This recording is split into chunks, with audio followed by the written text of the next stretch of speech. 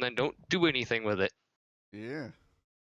I remember Fortnite still said early access and game preview in the Xbox games menu for almost 7 years after its release.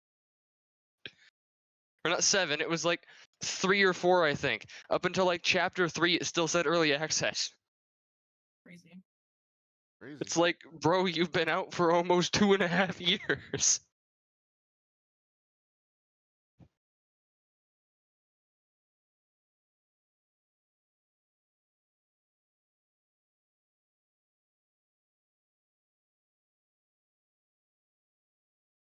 Ugh.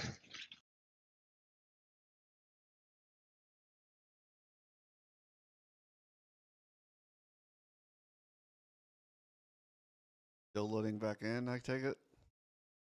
I'm waiting on GM right now. Oh, I gotta re-pull you.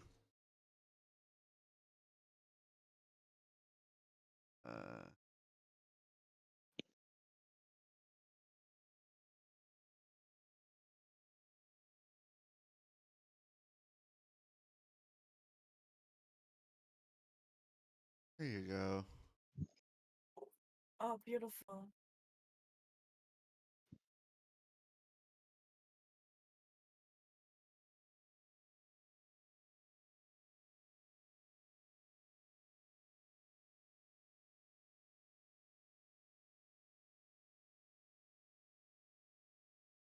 I would say as you two are kind of leaking, still kind of confused on how you're in town all of a sudden. Lyra? How's it pronounced? Lyra? Lyra? Laura? I think Lyra. Tomb Raider? Oh, there I am. Or are you having to look up from your wine glass to see Vilra standing there?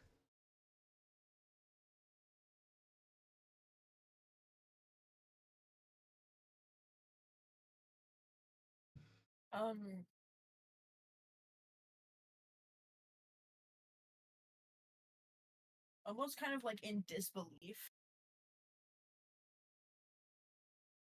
She'll drop her glass and dead sprint.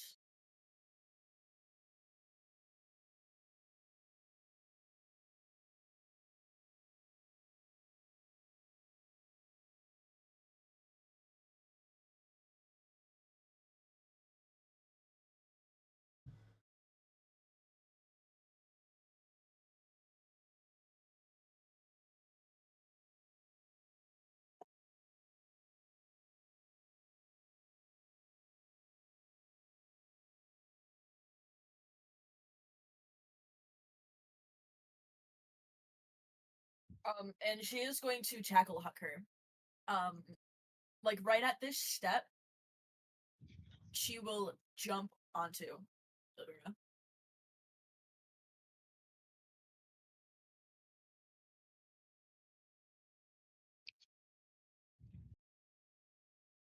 Like even as you like tackle her to the ground, she's just staring there. You're not sure if she's like shocked, dumbfounded, in a stupor.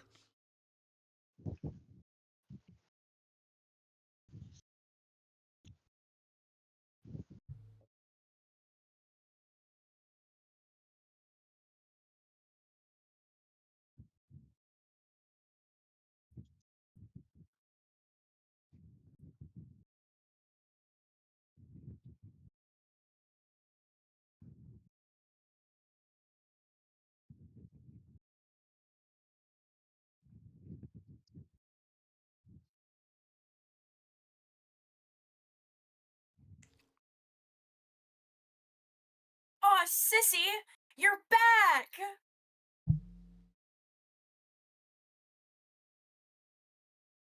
Why did you leave me for so long?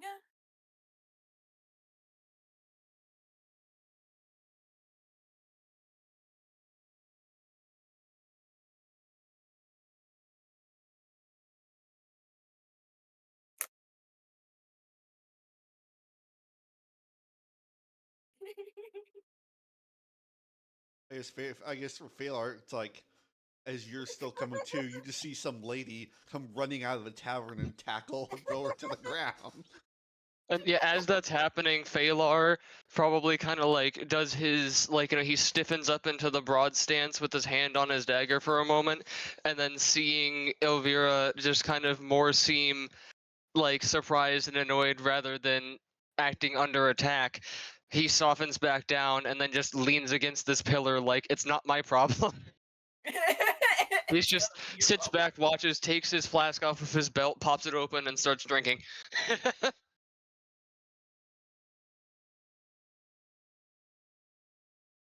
He's like, this is a moment I'm not going to interrupt. In response to Elvira, but sissy, you left me for like 300 years. That's not very nice.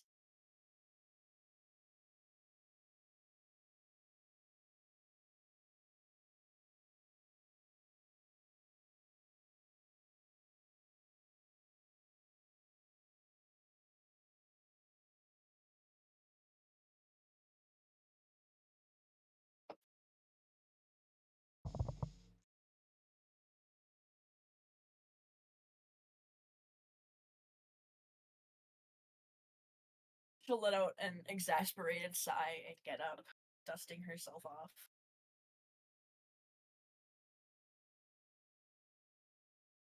As you get up, Phalar finally speaks up, setting his flask back down onto his belt on his side.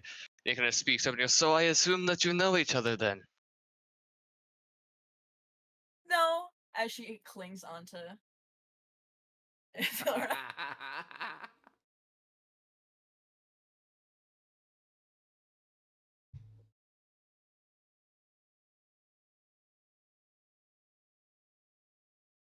You say unfortunately, yet the other one seems rather enthused.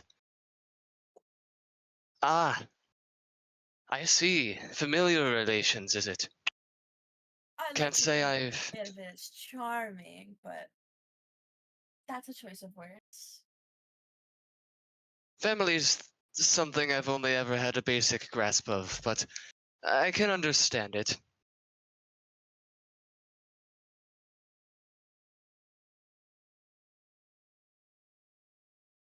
I'd say the closest I've ever had personally to a family relation would be communal relation, but at the same time, it seems that you two have been apart, I'd say. I think Genre's probably just standing in the back, like,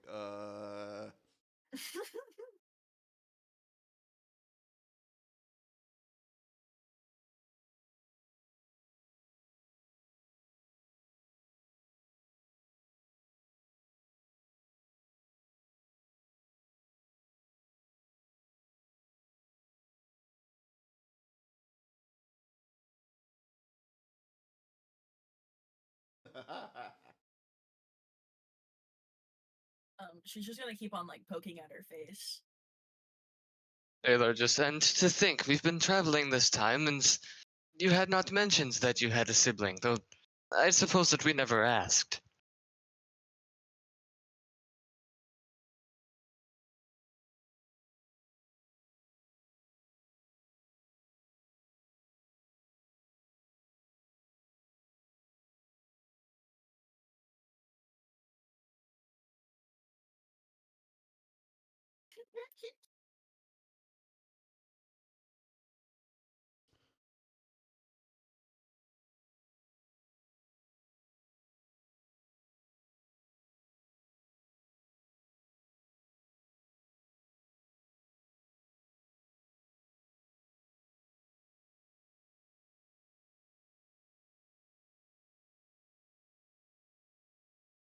He does kind of look over, though, kind of stops for a moment, and then he says, that being said, Elvira is right. We did just go through quite the tough fight. I believe that rest is in order for us, and it would probably be best to let Elvira get rest, I might say.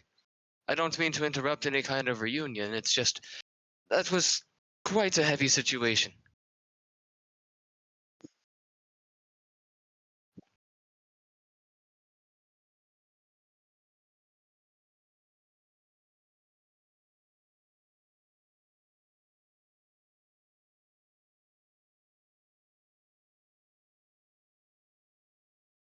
She is still kind of attached to her sister. Well, kind of shrug. Like, I guess dress would be okay.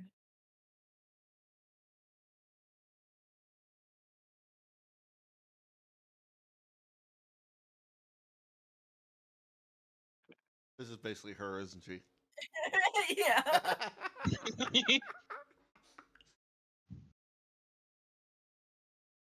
Rage baiting. Rage baiting.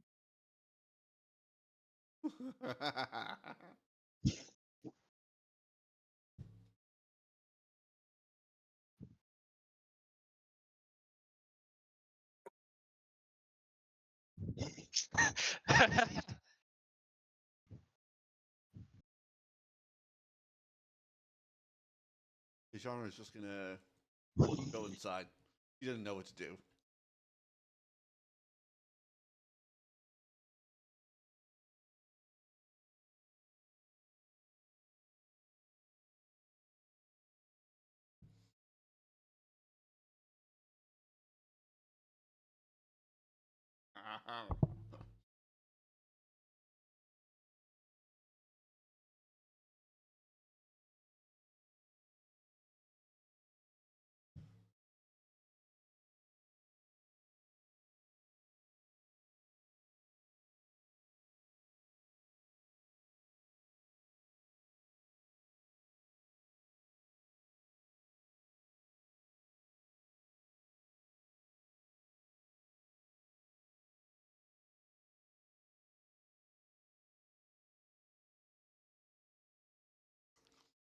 Yeah, genre just went inside. Like, I don't know what to do with this. I'm going inside.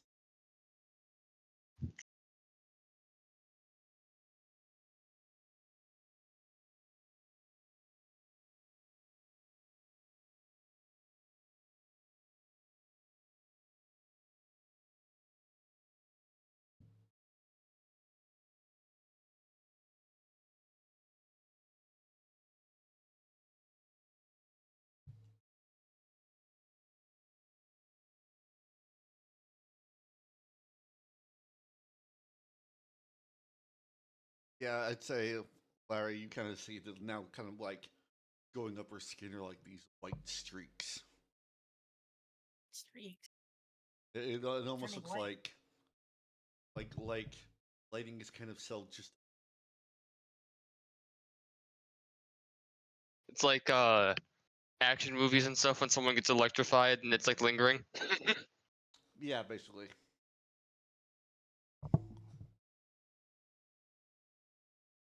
Oh.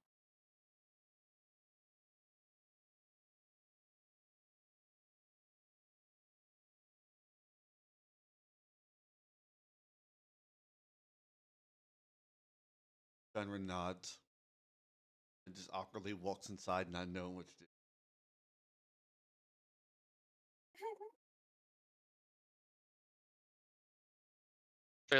He sits himself up off the wall and kind of looks towards the door for the tavern, and he's like, "So, would you mind introducing yourself, if I may?" She'll kind of hesitantly turn towards the person. If you haven't caught an actual like full glimpse of him until now in character because you've been so focused on Elvira, the first thing that you're met with is a ghost white pale elf where like half of his body just looks like it's a purple X-ray. Oh, it's another elf! Or what seems to have been an elf at some point. He's like Yeah, you see cloud you white, see, and half of his body isn't skin. It looks like he's like halfway through an X-ray, looks like half of him is transparent, and you can see his skeletal structure under the transparency. She'll kind of look at you,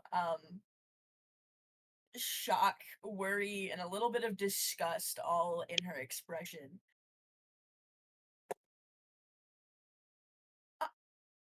Are you okay? It kind of gives a little bit of a half-hearted sigh, and he says, "Yes, I very much am. I've been like this for quite a long time now. I've gotten used to it."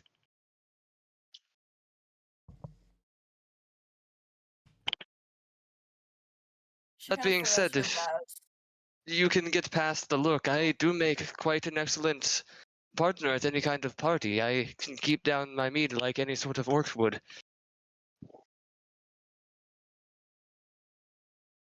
He kind of faintly chuckles. She He's like, kind of "That's perks up, like, this." He's like, "That's besides the point, though." Anyways, back to the topic. The introduction.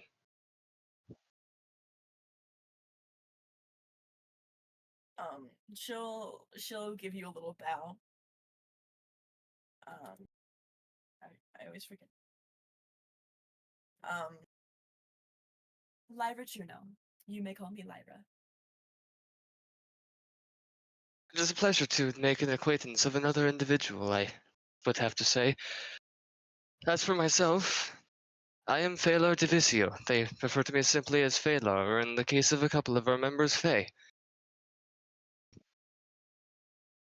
She'll nod.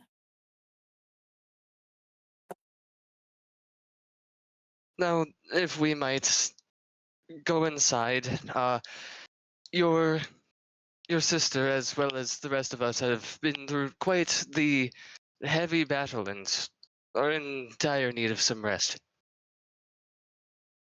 I can fill you in on the details as we go.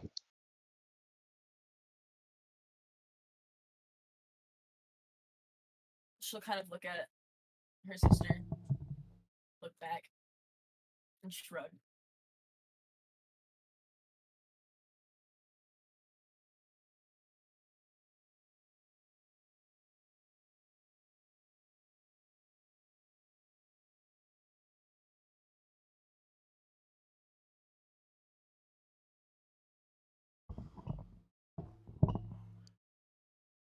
I feel like now, out of any time, would be the perfect time to just casually do this. So I'm only doing this because I realized that the model wasn't on the board yet. As Phalar walks into the tavern, Yeah. yeah, I'm gonna do this so that it's like in character. As Phalar walks into the tavern after he gives you another nod, like, I'm gonna go rest, and Elvira probably should too, because we just went through a heavy battle. You just hear him look down the street, around the corner of the tavern, and he just calls out Alatia, as usual, so you can stand outside. And then goes in. It's like I would say, Larry, you look and you just see this giant creature made of stone. Just kind of just stand. It kind of goes into almost like an idle stance. Wait, what?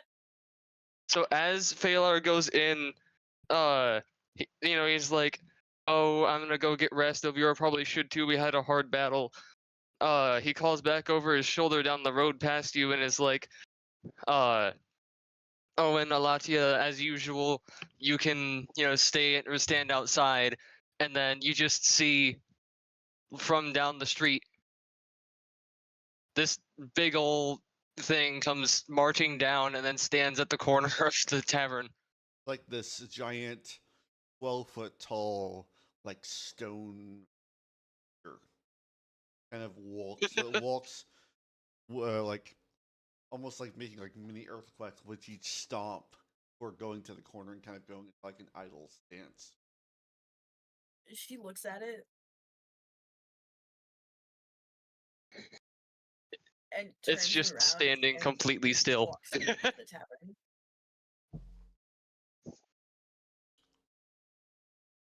Oh, and Vex, check your. I don't know if you saw my DM. Yeah. Oh yeah, I did see that. Okay. I did see that. Dog is staring at me like, "What are you doing? Pay attention to me." One of the cats that we've got in the house, you've got to watch your food around her, because if Yeah. she smells any kind of meat, she will just turn up like out of the blue and try to grab it from you.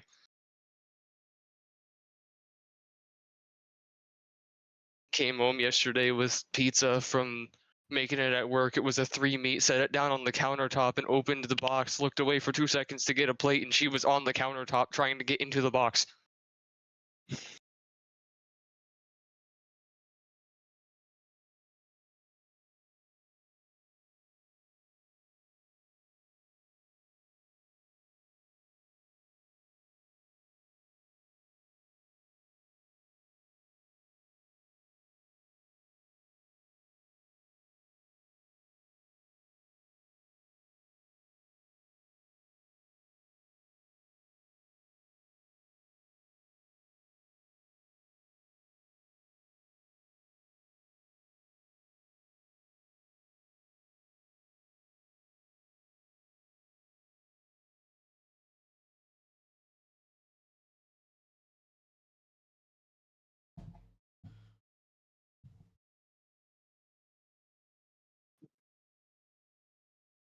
That's so mean. Oh. Why are you so mean?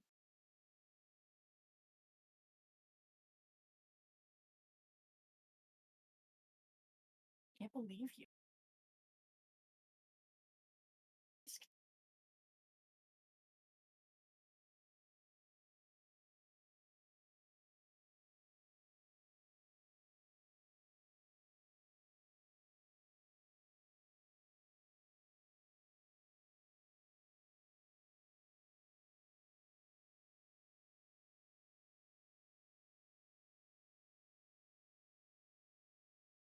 We can just unless there's anything y'all want to do.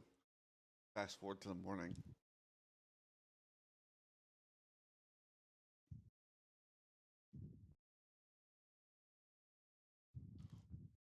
I'll do that, yeah. I'm Oh, not gonna do okay. any alchemy stuff because Phalar is just out. Yeah, considering what y'all been through, yeah.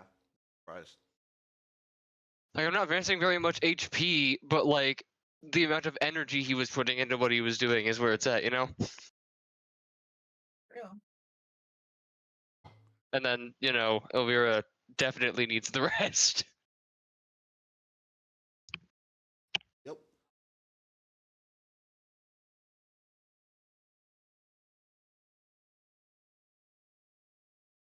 Well, we'll just fast forward to the morning.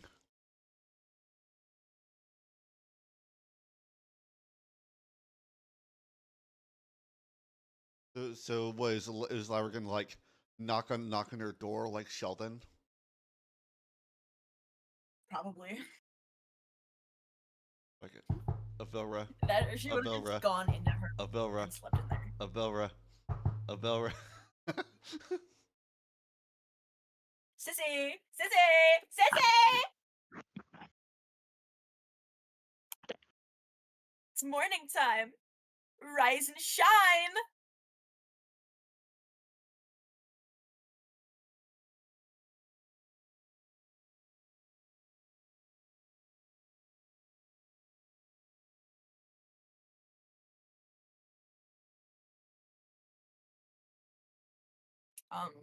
I'm assuming the door's locked.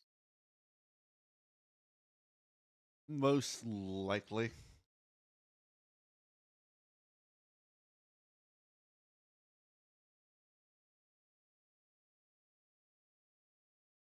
Oh, it's not. No. It's not locked.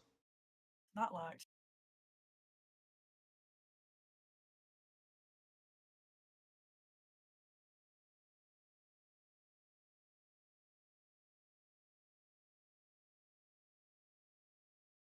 Beautiful. She's just gonna waltz right in.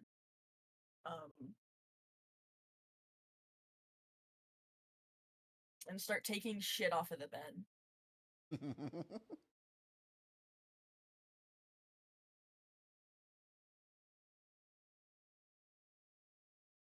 Blankets gone. Pillows gone. Bed sheets probably gone.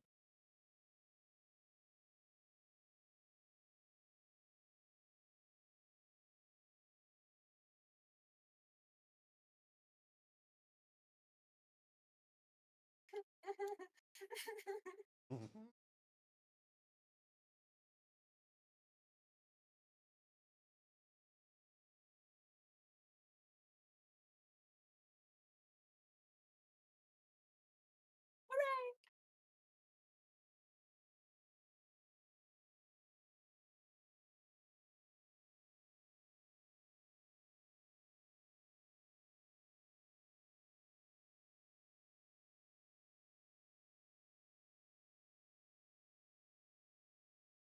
As you come down, Fenrir is like doing wall squats or in this corner.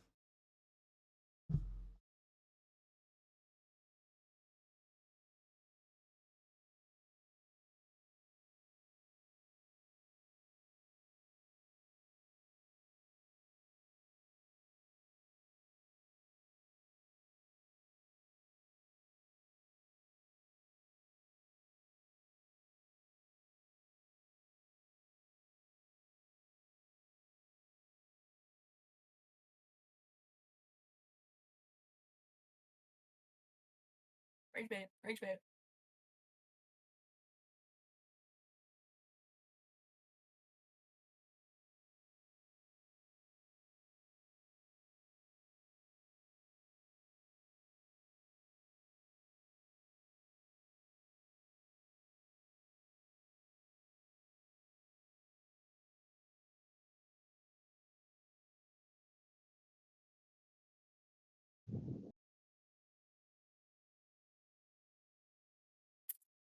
She'll look at genre.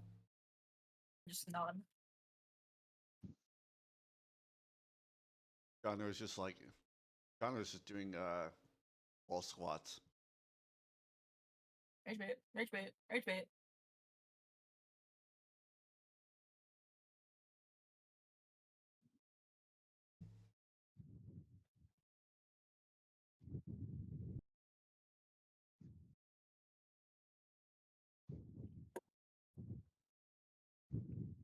Connor just waves.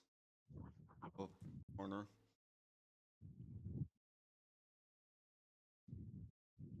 She'll just nod. Goes back doing squats.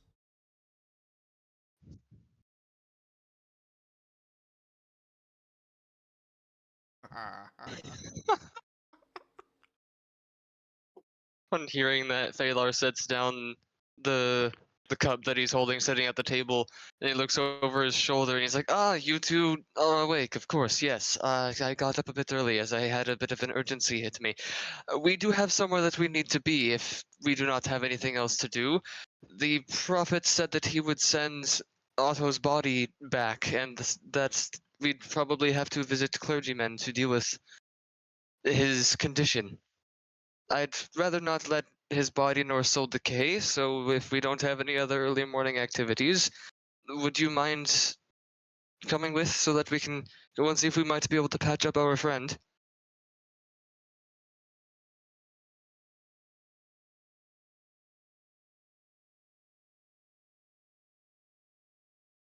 That you don't know. I'm sorry, this is We a just little know off the topic, prophet but had balls it. are trying to procreate in my The room. prophet just said, Like, "I'll I'm- arrange for Babai to come back."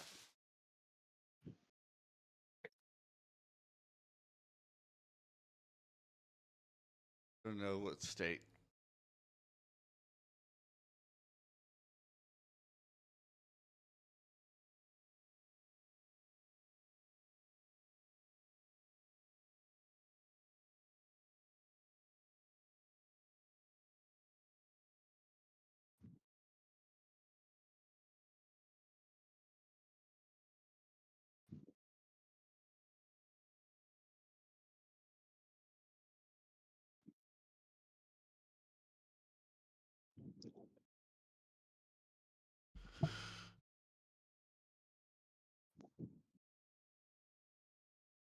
It would be funny if we can't get him back into his body via the clergy and we have to go full alternative method with it, and then like Otto comes back and then we're just like, "Congratulations, you're a reborn lineage now." Ah, That'd be really. I mean, there's some advantages to being reborn. You don't need to breathe, you don't need water, nor do you need food, and when you sleep, you just go inanimate for 4 hours. Beautiful.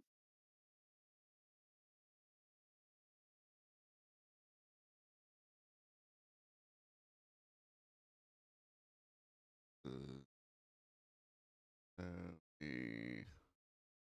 there.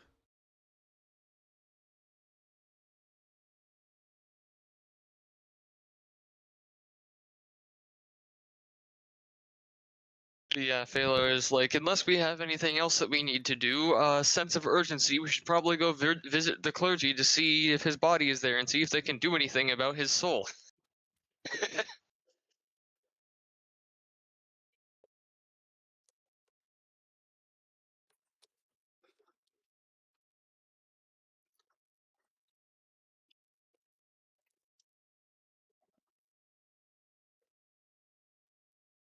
Lyra will. Okay, I'm back.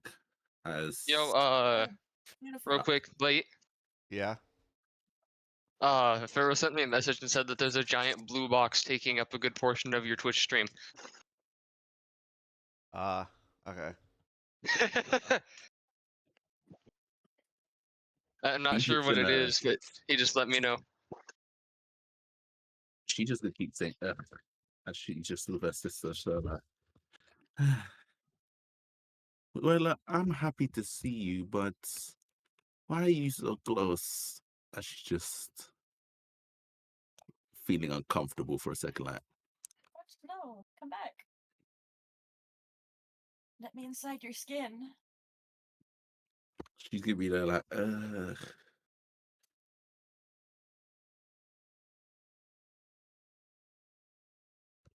So we need to go to the clergy. If at all possible, as soon as possible, to avoid any further decay of either body or spirit. Oh, yes, of course, Lyra, I should mention, we had a party member that sadly met his end during our previous fight, and we were told that we would have to visit the clergy to see if there's anything that can be done about it. There's like almost a And sense of like he says that, his party member, sadly, lost his life, but there's almost like a sense of like he's not being sensitive about saying it. Yeah. well, I am going to miss his overeating. Well, more than anything, I suppose it would be right to see if we can do something about it. I did get a chance to speak to him before he faded completely, as I brought him into trinket form, and I did tell him that we would try. He's just gonna be there, like, now who else is going to be stopping the creepy man from doing weird shits? She's Really gonna gonna look up for a second, say, "Oh, by the way, sis, She just kind of looks dumbfounded by all of the new information that's being thrown at her right now. there's a elf that travels with us. You'll recognize him. He'll smell like rotten flesh, etc. How delightful! Yeah, just be careful with him. He's really creepy. We gave him the nickname Creepy Man." Wonderful. Baylor lets off a faint chuckle and is just like, we're an odd bunch, but we intend good most of the time, from what I can tell. Allegedly, when it comes to Klaus. And then he kind of does like the one leg or one hand onto his upper leg, pushes himself up out of the chair. And he goes, right, unless we have further business here, we should be on our way to go and check on the status of this whole situation. She's gonna do a nod and give Janra a piece of paper saying, "Janra, that's for you. Complete those tasks. He nods. I'll send you a list of some of those tasks."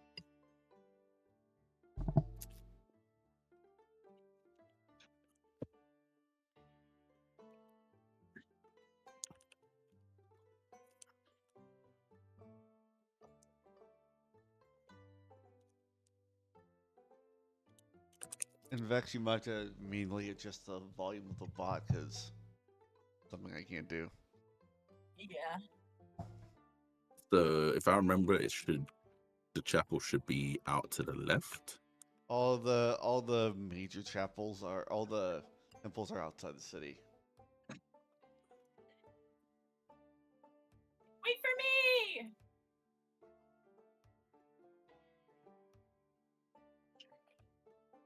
As you say that, she starts walking a little bit faster. Just there, like, No! No! Come back!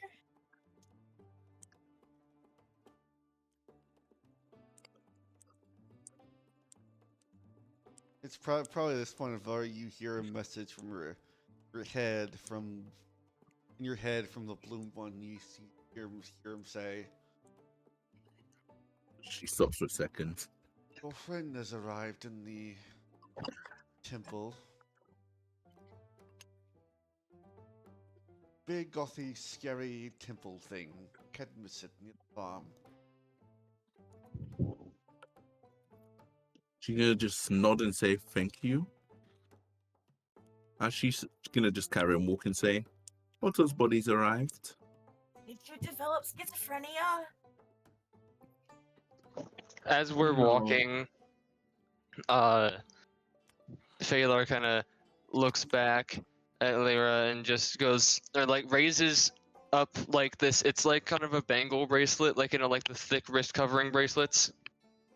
That's just like black and spiky, and it's got a gem in the middle of it, and it's just like, so do you see this bracelet, correct? As we're walking, he's holding it up. This bracelet contains the spirits of the person that we are going to attempt to revive.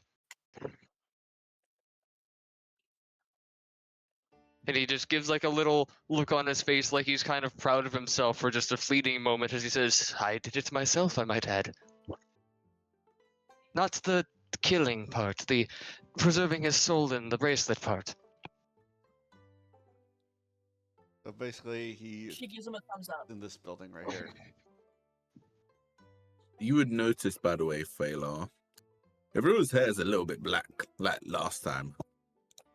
It starts slowly just going to the shade. That's part of it goes slowly black.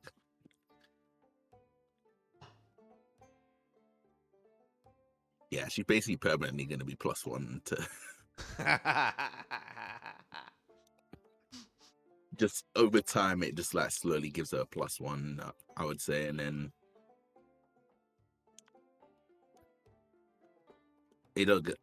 You don't. Like, here's a quick question. I feel like it shouldn't go further than +1. Like, even if what it's is your new fucking base? crazy, What annoying. is your new starting? I think probably so. yeah, I think, yeah.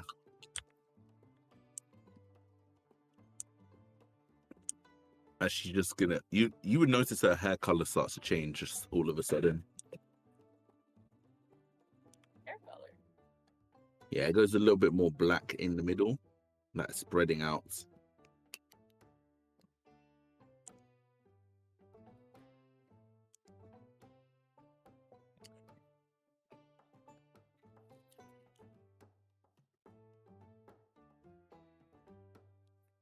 Hold on, let me find the picture that shows it best.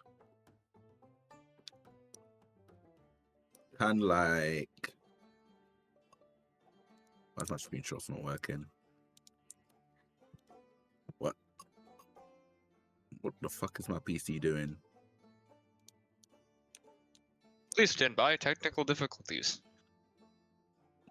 Dun, dun, dun, dun, dun, dun. Just fall out. Please stand by.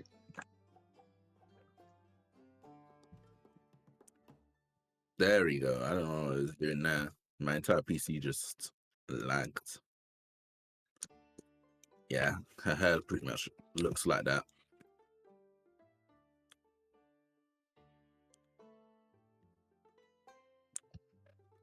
But it's, as you were just more and more with her, it would slowly start to glow black and then stop.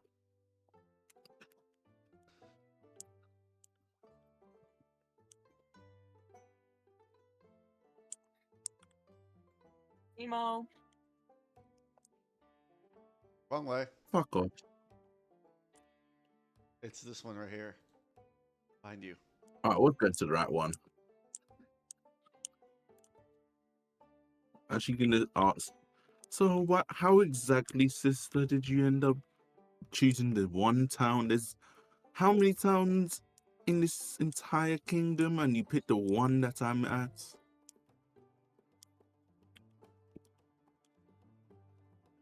She kind of shrugs. Must have been fate. We were meant to be together. At least though, I think probably in real reality, it's like this is the only town where you've heard your family's name being. So it's kind of like a beat of it has to be here.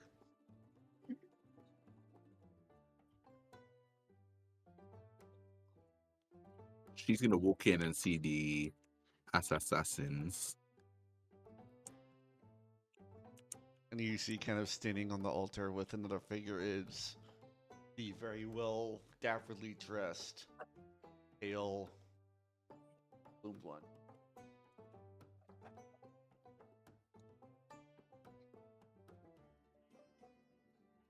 And for y'all, I will show you. Alright.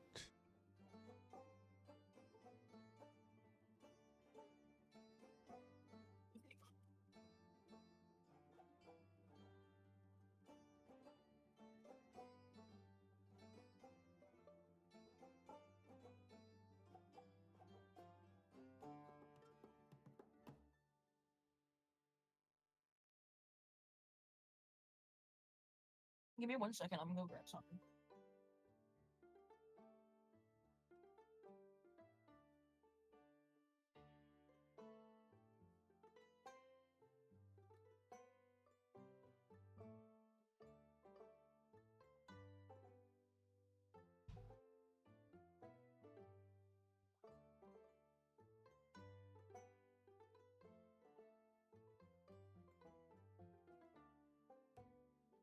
I would say.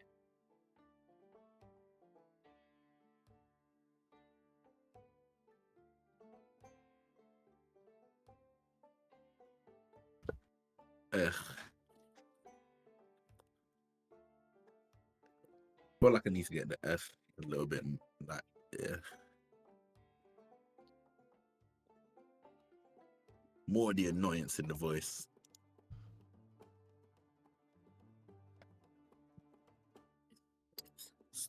Can you quit it, sister? Stop that. Actually, she's gonna just squat her off. No, I'm not touching you. I'm not touching you. She's touching me. Why is she touching me?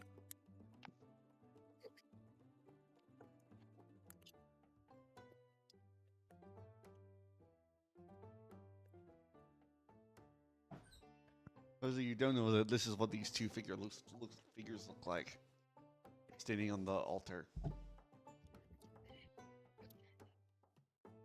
She's gonna start walking up and say, "Are you this bloomed one I've been hearing about?"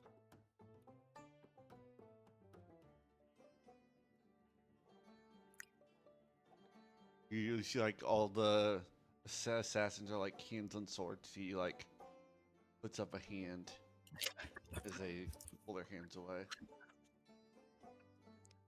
That is me. A pleasure. And she looks over and says, "I don't think I've ever heard of you or met you." And she looks at the other dude. This is an old friend of mine. Ollie, a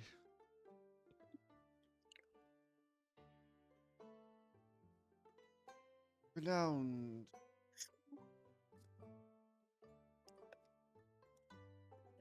and spellcrafter. He kind of like does a small bow. She's gonna raise an eyebrow and say, "Spellcrafter, you say?" Roll a history check for me.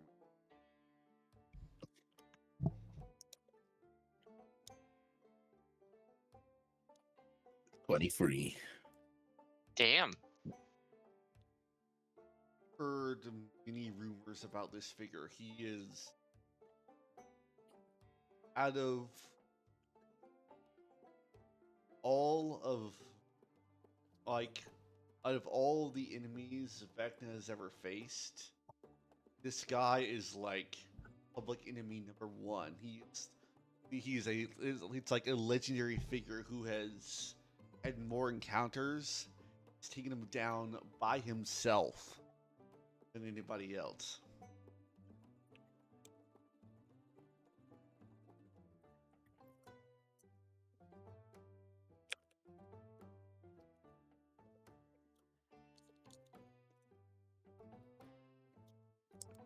As the Bloom kind of like still with his one hand up, kind of motioning for he motions the assassin to kind of step aside.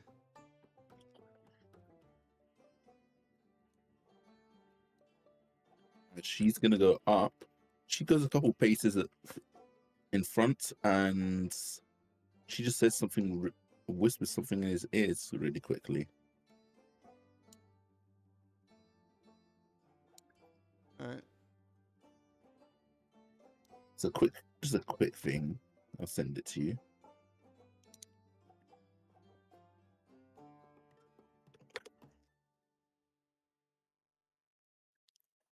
Oh, she just looks over at Otto's dead body as she. By now, Lara would have caught up. See, like, it's like his body is almost like looks almost like what you saw Ventress was before you fight him. It's like this perpetual like gray like state. You get a sense that Prophet's probably frozen time around his body. Prevent further decay.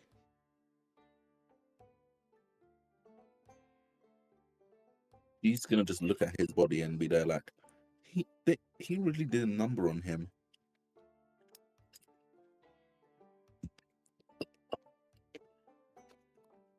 Do you think it's even possible to bring him back? His soul is fractured between here and is fractured between. Oh, fucking hell.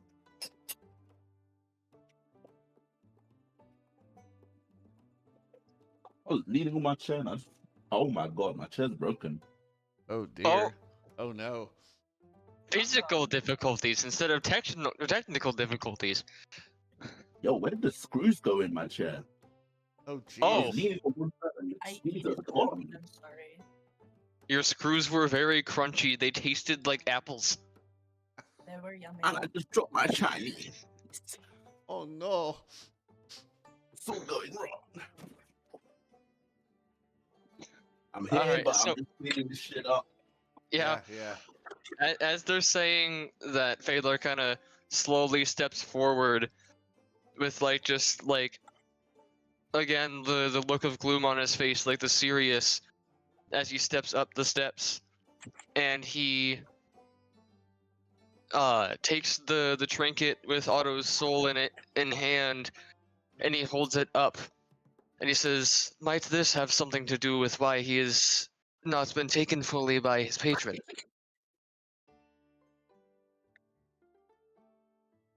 He kind of looks at it. Says, I was able to snag it with Otto's permission before I faded back in. I am capable of speaking with spirits on occasion. It contains, I'd say, most of his soul at the least.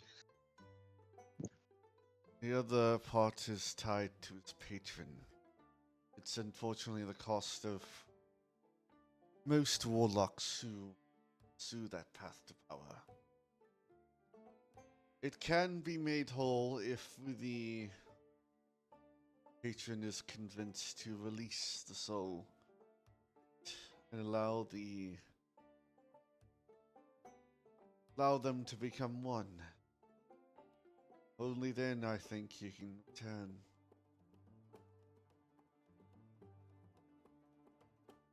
So pretty much what you're saying is, I know who his patron is. We have to talk to that thing and try and convince it to let his soul go. He nods. Oh, he's cooked. Deep fried. Baylor kind of pipes up, and he goes, "The only thing that I know about his patron is that it seems to compel Otto to consume quite a lot. He's always eating, plus the incident that occurred. Maybe, I know it is far-fetched. Do you think perhaps, Elvira, that could be the playing card that we could use? The token, perhaps, of convincing his patron that by not letting him be resurrected, he's preventing Otto from fulfilling further consumption?" He does a little weighing scale and says, okay, so there are things that are evil, we all know, and then there's that thing. And that thing even puts me on edge.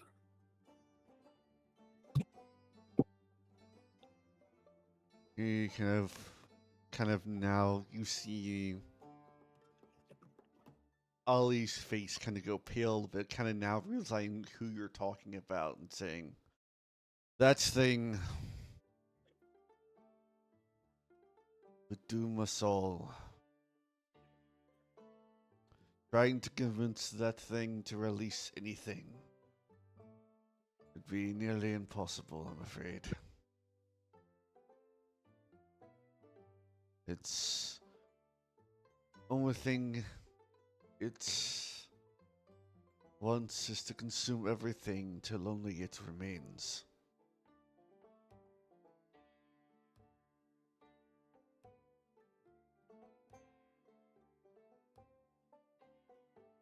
That would explain Otto's compulsion at times, I do suppose. Right, unless you can convince them, I'm afraid your friend cannot be returned.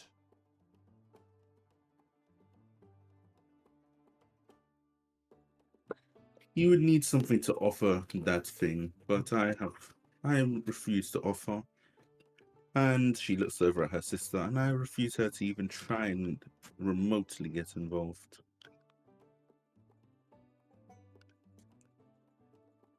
She kind of looks a little defeated. No, you're not getting involved in that. You can annoy me as much as you want, but you're still my sister, and I will not allow you to be involved in that thing. Maybe Klaus can help. He's suicidal.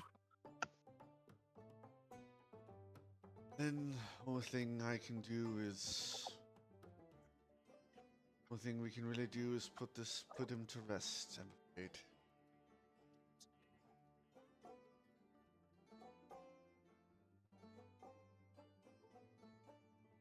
As you see Ollie kind of now this body no longer being in like a state, kind of puts his hand on the forehead of Otto, and you just see these vines start to grow around Otto's body, almost creating like cocoon. Before he goes, well, actually, I just thought of something. 1 second.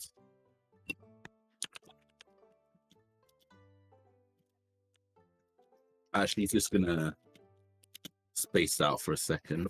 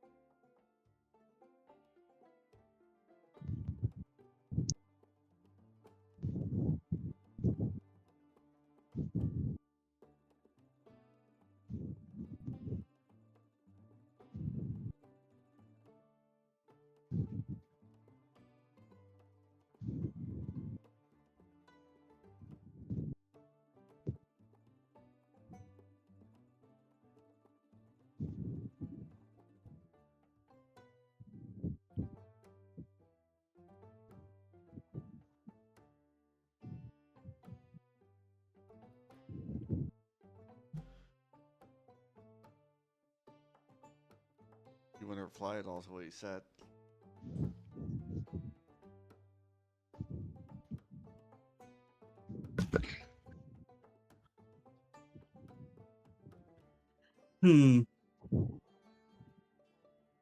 He's gonna look over and say, would you want to be raised as someone in undead?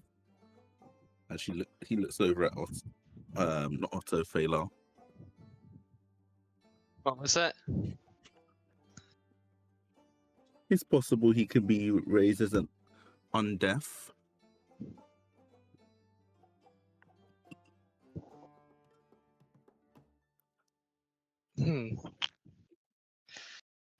I suppose we do have enough of his soul with us in the trinket, which would be possible.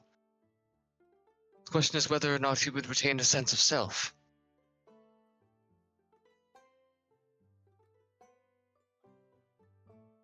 That question is asked in her head.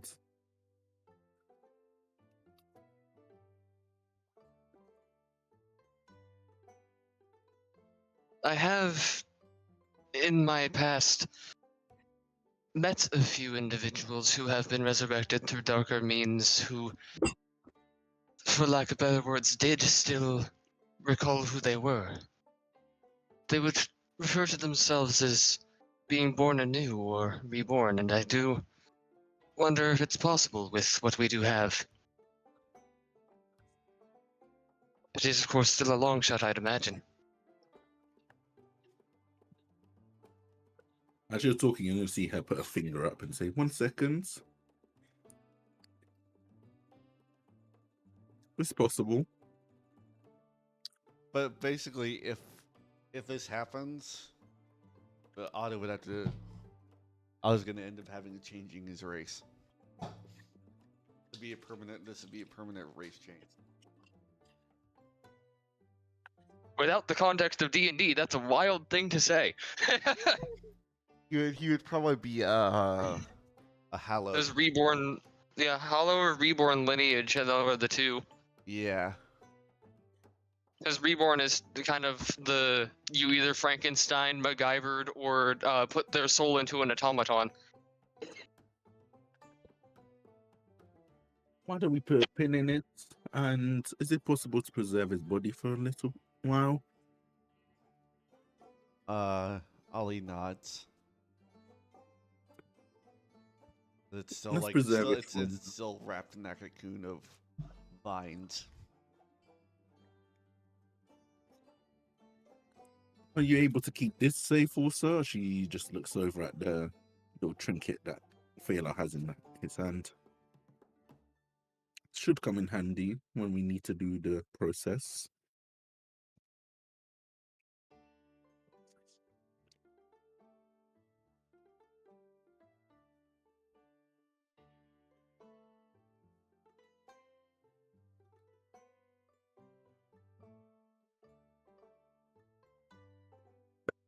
What does he say to you? You take it, the little token thing, or trinket. If that's what Phalar's offering to the guy. He's just saying, just so he can keep it safe. Taylor kind of is holding his breath for a moment as he kind of looks over in his hand, and then he gives a nod as he holds it out. And he's like, "It is hard to come by people that you can consider friends after what I've been through, so I am entrusting you to keep it protected." The Prophet is our friend. These are allies of the Prophet.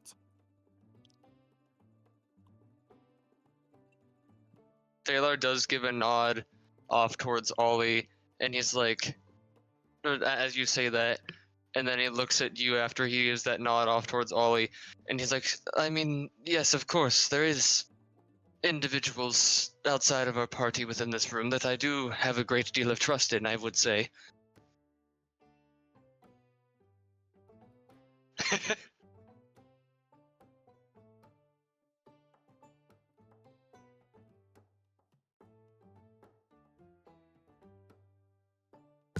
You see Ollie kind of close his eyes and mutter something, and you watch the vines can tighten, like the beautiful roses start blooming all over the vines.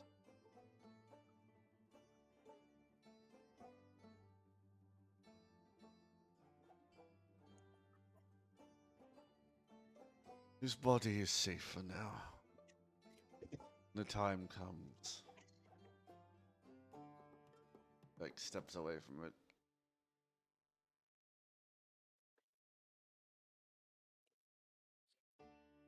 The bloom kind of looks over and says, "My men will keep an eye on it till arrangements are needed. He He's doesn't know that.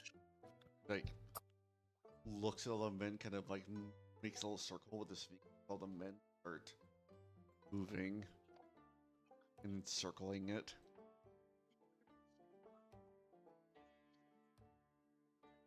Obviously, don't be mean to them. Make them be on rotation as she jokes around, walking off. I don't want to hear as she just does a point.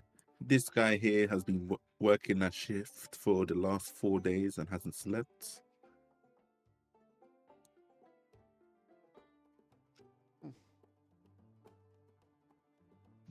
You've been considerate of the men.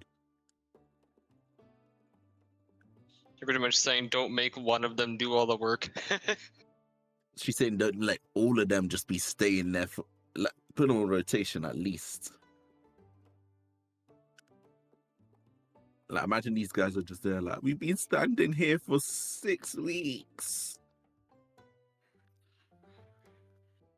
I think if we're taking 6 weeks to figure out what we're doing with Otto's body, we've got other problems going on.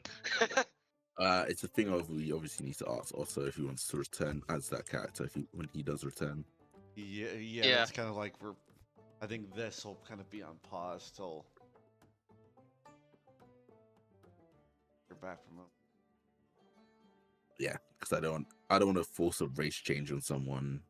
Yeah. And plus, he may not even want to be Otto anymore. He may want to play Fizzlebang the gnome who casts spirals all over the place.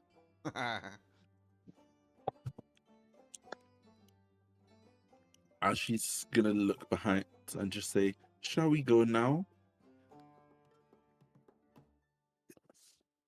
Laura starts like doing little jumps. Yippee! Yippee! She's gonna go and pinch her by the cheek again and say, "Not so much noise in here. There's a dead person behind. Have Rude. some respect." Taylor does kind of look over and he's like, "You've got quite a lot of energy in you, don't you?" She'll kind of look back at him, shrug, and go back. Go back to poking. Yeah.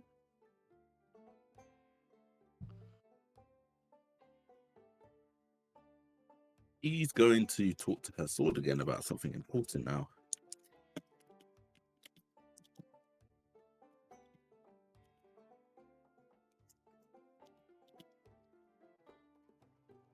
I guess, Larry, you do think it's kind of weird that Ed just pulls out his sword and starts talking to it.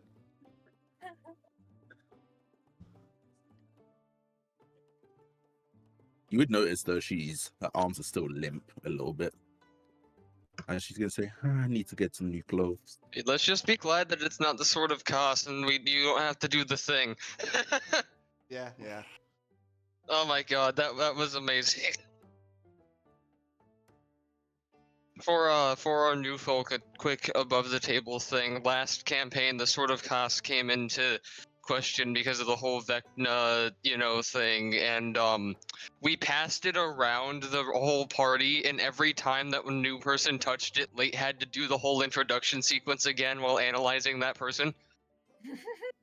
We had a 6-person squad at the time. Damn. So they had to Analyzing. do it 6 times. Every single time. Analyzing. Oh, You don't deserve it. I love how, as well, I just realized the absurdity of that moment late. Just like a group of high-level adventurers comes across an ancient sword that's known to be capable of permanently killing a lich, and the first thing that we decide to do with it is pass it around like a drink. Yep. Who wants to take a turn on the Sword of Kos? Yo, you want to hold the ancient sword that can kill a lich? After sending that message and obviously getting a reply, she puts it back and says, "I'm gonna go and get some new clothes and wrap my arms a little bit."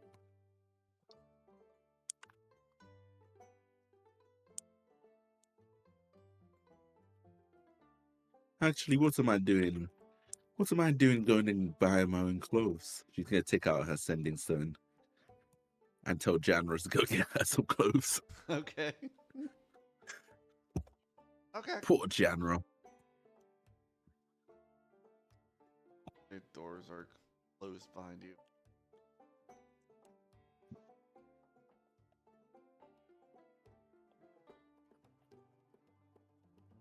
So what now?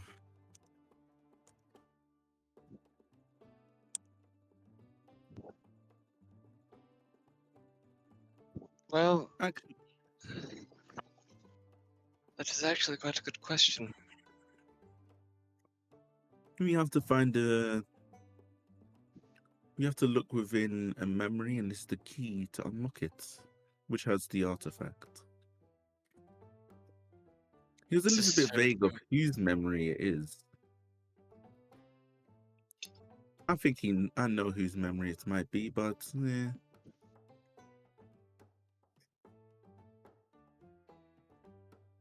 This is quite a lot to take in at once.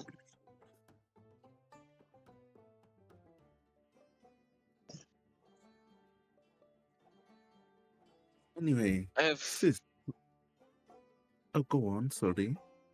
I of course wouldn't suggest that we take another month-long break. I'm just, there's a lot that happened in the previous day, I do think.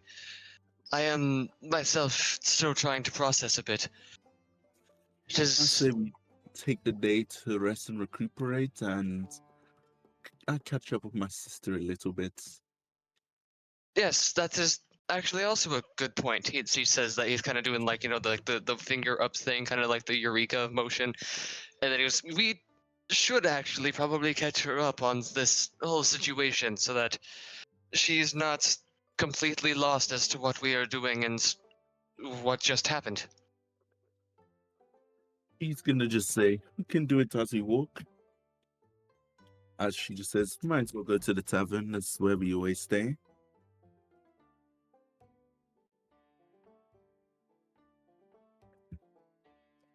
So, long story short, sis, here's an evil guy. Ooh, Mr. Evil named Ventress. He wants to basically, with all the gods, break a gates and bring them all to this plane. Why? I don't give a fuck. But it means you will be fucked if he does that.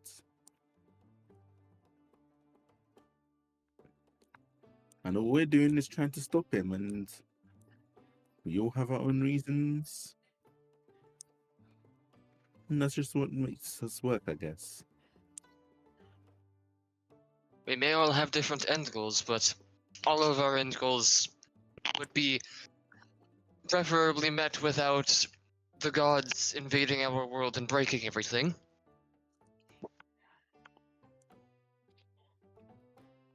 I love how we're in sync. Ah.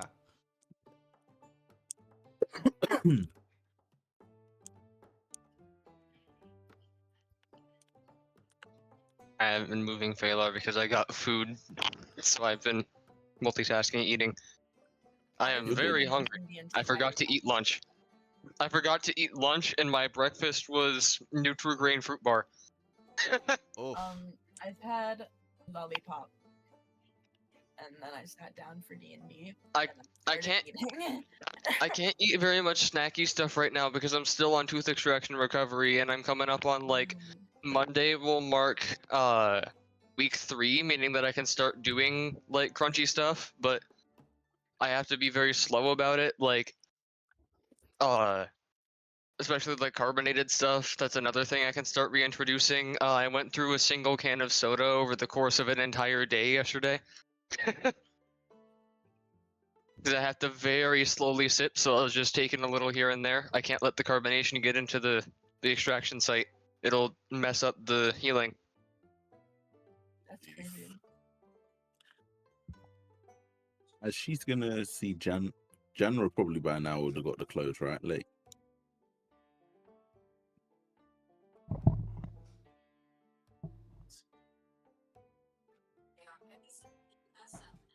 is that right? Late that she would have got the clothes by now. Yeah, yeah, we can say that. Is she just gonna say, I'm just gonna quickly get changed? Sis, wait downstairs, please. I don't want you all over me trying to change. We're not kids anymore. My dreams shattered. What? I'm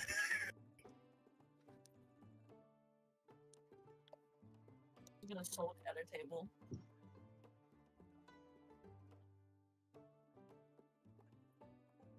So Phalar probably would have been entering the tavern with y'all, and as he sees you sit, he's like, "So you got the short form version of it? While Sylvira's changing an outfit, a bit more detail.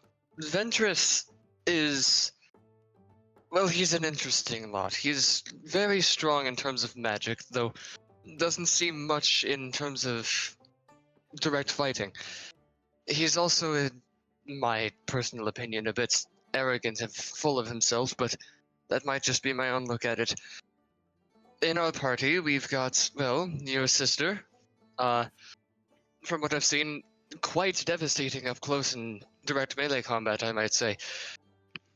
Myself, I'm a bit more of a shadow sort of individual. I tend to sneak between my targets and am able to phase into the ethereal.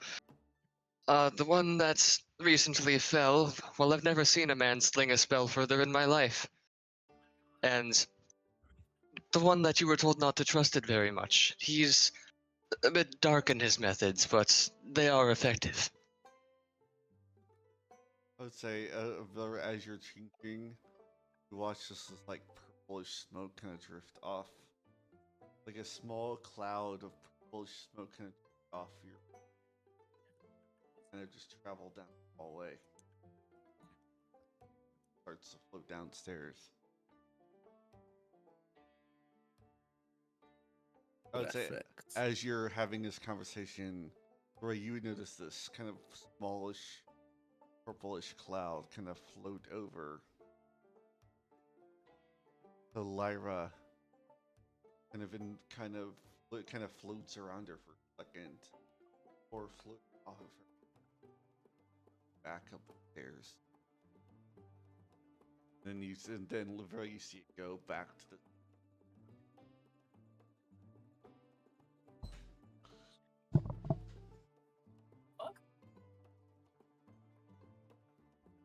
She's gonna return downstairs by now. You notice her arms are fucked, but she's showing them off. Ah, Avira, you've returned. I was giving a quick rundown of the skills of our party to your sister. Oh, and you wonder what my sister can do? I was actually just about to ask about that. I explained how I'm a shadow skulker, how Otto is a ranged caster, Klaus is questionable in his methods but powerful, and you are devastating in melee. I was going to ask your sister what she may be capable of. Being annoying. She kind of sits up, nods. That, and I'm a bit of a pacifist. As She she rolls notes her eyes. to the 3 instruments that she has instead of any other type of gear. Ah, so you're a bit Sure. more of a supportive individual rather than a direct fighter, I could assume. Presumably.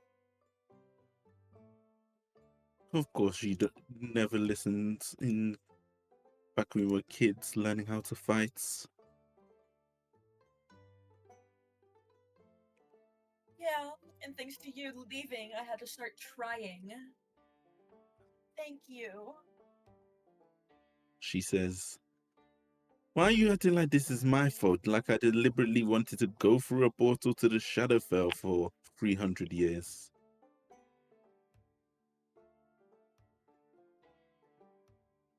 She shrugs.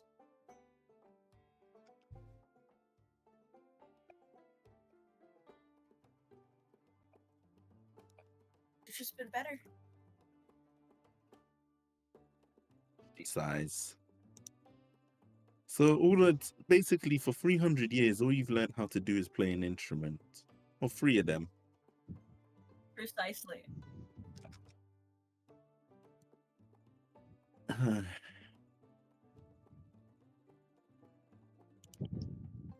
It's lucky I did what I had to do just now. She just sighs. Taylor kind of speaks up and he's just like, all things considered, I have met an individual or two in my time cloistered away that was capable of plucking at the weave using instrumentality, so it's not too far off to say that there might be some skill to it. That's yet to be seen, of course, but He's gonna do a smirk and say, I have an idea to see how strong she is.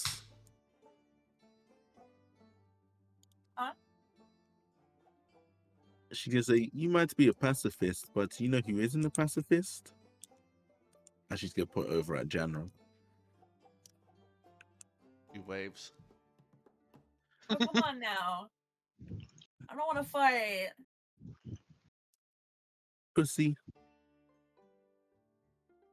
I don't want to fight. She does a sigh and says, if you beat her in the fights, I'll allow you for today to sleep in the same room as me.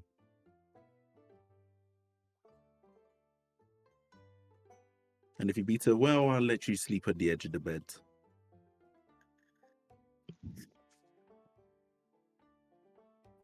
She gets up, pops up out of her seat.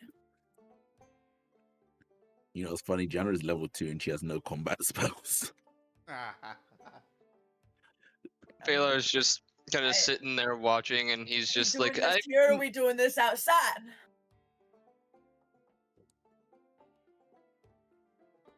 That's up to you both. I've already had a fight in here and the bartender doesn't mind. Bartender just So I want you to shrugs. break shit.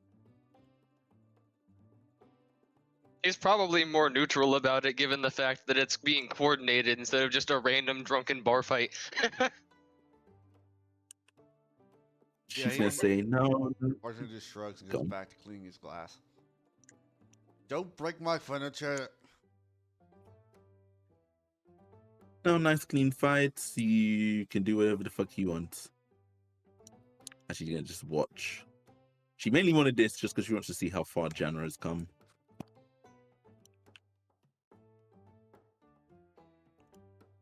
Now Vex beat her ass. I'm pretty sure with one. Do you have any combat spells or even? Oh yeah. Yeah, do a combat spell on her because she's not got There's any. no gonna not. I mean, she might get. What's this? I kind of want to. Oh wait, sorry. Save us the fight. Roll initiative. Roll. I roll on DnD Beyond. Yes.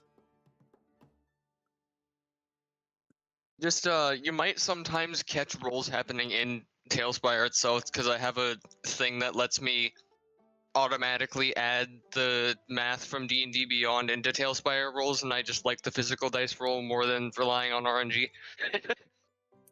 Also, like, dice rolls.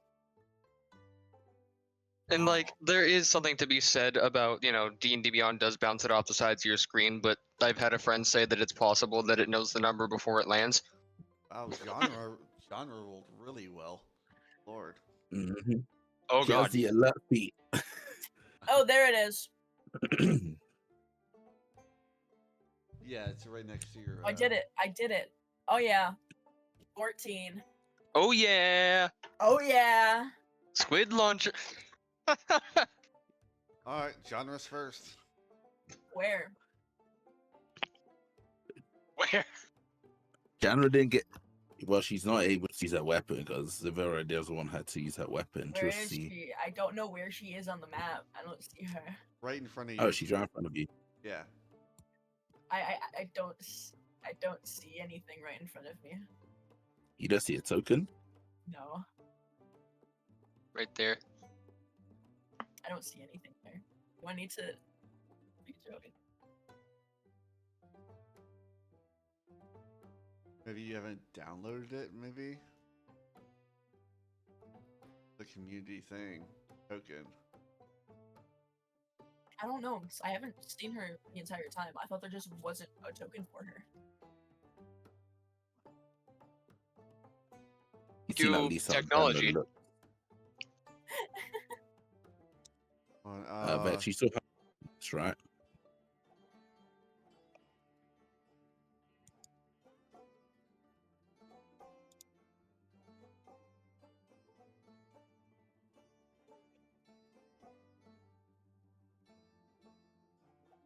If I back down, that fix it?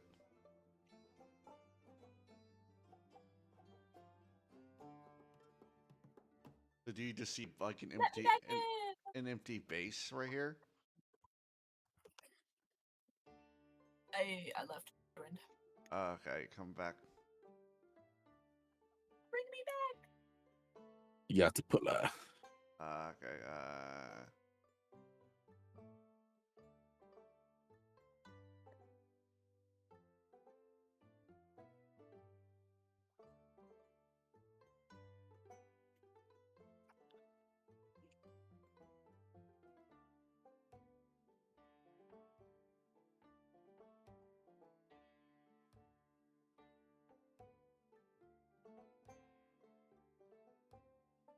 you see her now?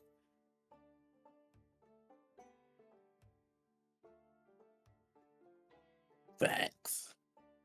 So, por favor!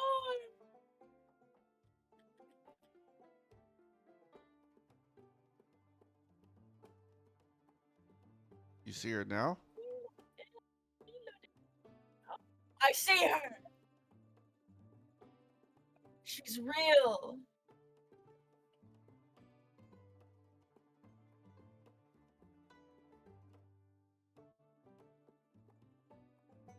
Alright, well, genre's up first. What you gonna do? Wow, Jandra's not allowed to use her weapon. I've already told her, nah. Doesn't have So she's gonna doesn't punch. have offensive spells. Punch for 5 damage. And Whop you in the face. oh man.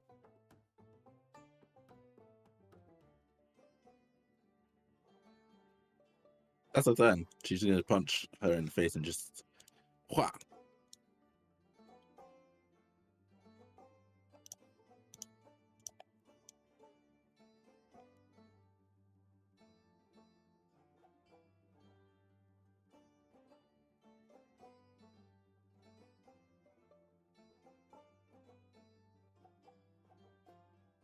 There.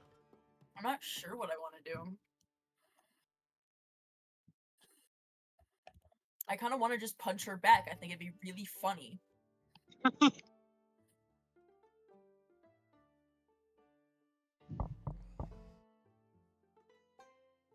Um.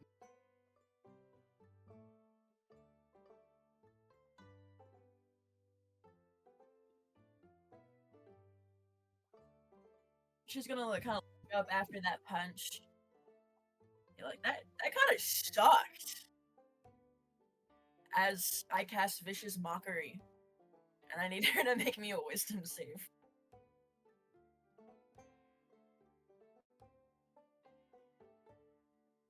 $14. That fails. He's going to take 13 psychic damage. That's why it's funny. As she takes the 13, she would just be there like, I give up.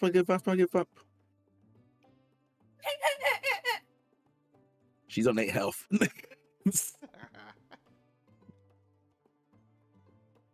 She's just gonna sigh and say, you still got a long ways to go, General. And sis, I guess you won, so You can sleep at the foot of my bed.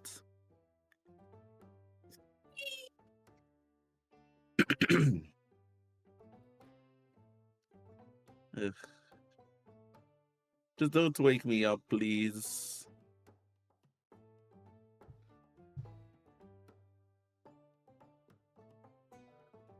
She's gonna look over at Phalar and say, "So, have you got any plans for the rest of the day?"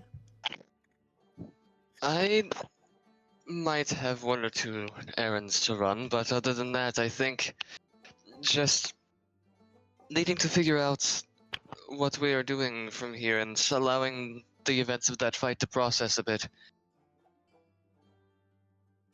It's been a long time since I've been, might I say, a friend of many a person, and one of such people being potentially lost does trouble my mind. She's gonna say, "I have a perfect idea."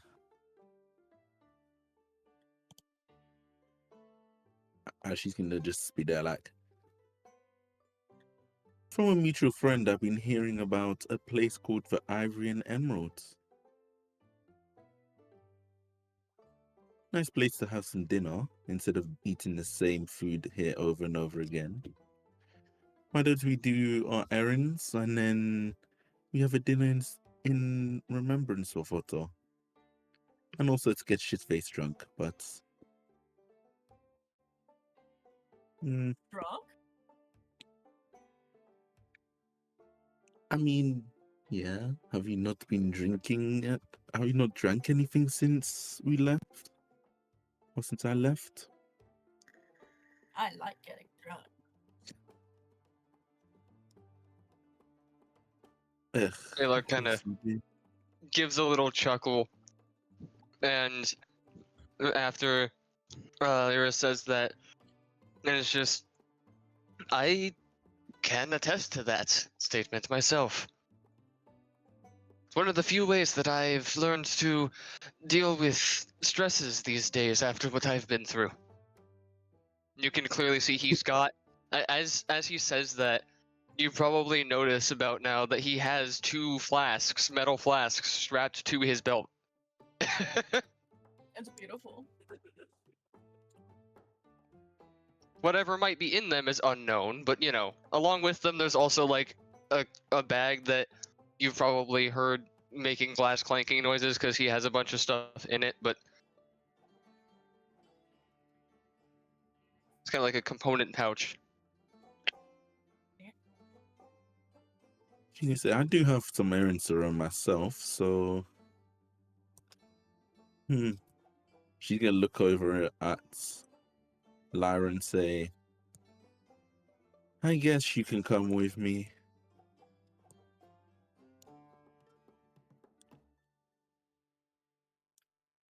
She's gonna drag the Like two little- of you by the ears.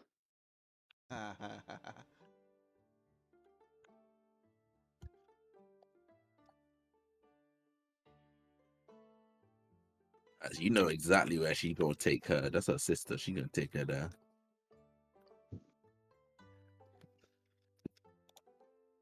I'll make it for convenience just outside the tavern so we don't have to walk all the way to the spot. I'll be right back. See what my dog wants. Bork, bork. Blork. Filter magic items. One of the things that I need to do is finally replace my goddamn short bow. If everyone Actually, really these has are not nothing, really weapons. did you at least get some magic items? When Lake said 3 magic items. I did get the magic items. They're not weapons. No, see, the problem that I've been having is the fact that I've got magical daggers, but my short bow has been severely lacking and keeps running into. We keep running into things that are resistant to non-magical attacks. Now that I've got archery from my secondary class, it kind of seems important that I should probably get a better bow. Mm-mm. Maybe. Just maybe.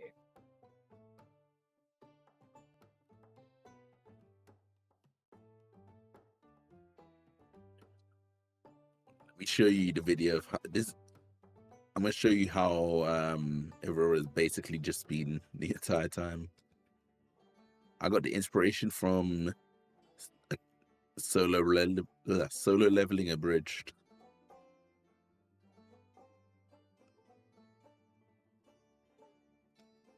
Let me see if I can find it.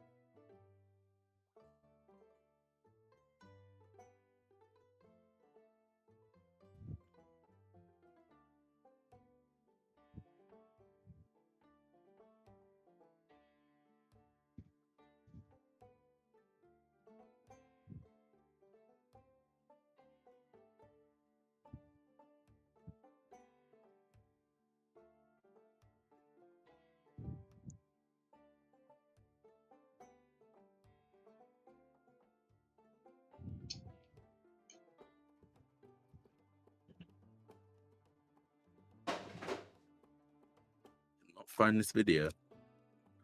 Have you ever watched the sister leveling abridged thing? Ah. Have you never heard of it? My brain's a bit fuzzed right now, so if I have, I'm not remembering. Let me find it.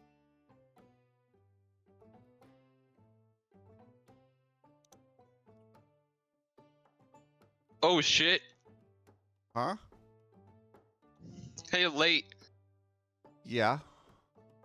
I told GPT, I gave it 4 camera angles screenshots of my Hero Forge model from Hero Forge, and told it to convert it into the like DnD 5th edition art style. There you go. Let me take a look. That's actually pretty fucking cool. There's Phalar.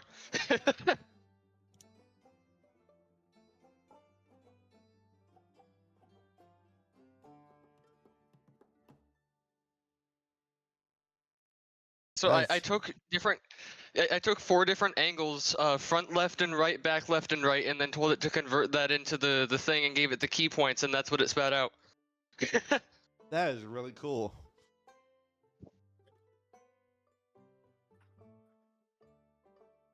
That's whenever I do a generation of a character in GPT, that's how I always do it. That's how I got where is it? I always give it reference. Like, for example, I had it a while back make an image for like my Tau stuff for Warhammer, so I took angled pictures of one of my painted models and then told it to use that as color reference.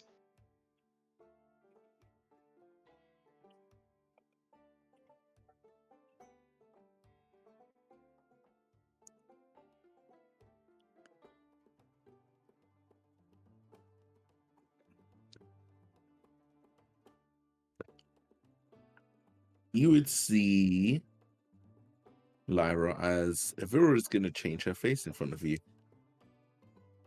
What? Let me see if you can, if I can find the picture. I sent it to late ages ago.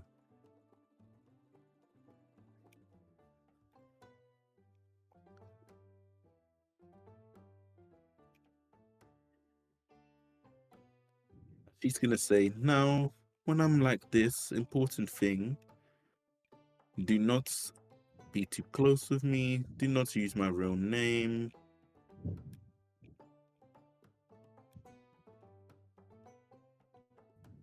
Do you understand?" She nods.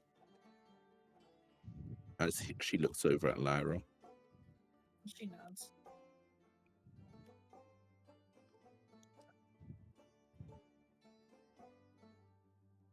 Vex spaced out on Otto vibe. I think I was too far away from my mic. She nods.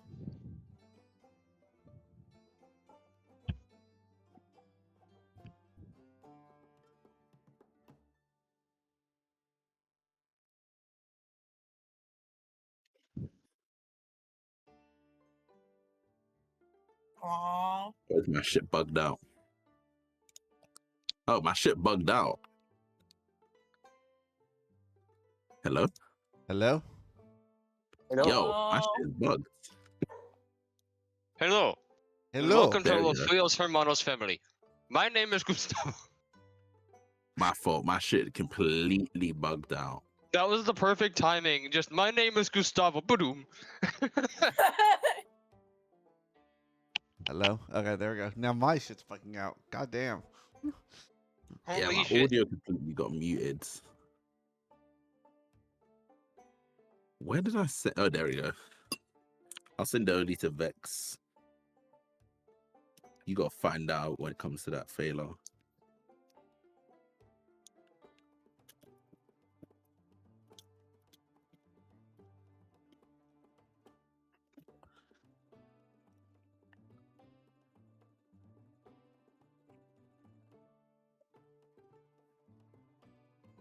Actually, you're gonna see her You put up a change hood. races? Yup. She's black. She has a whole spell that she's able to just completely change how she looks, including race.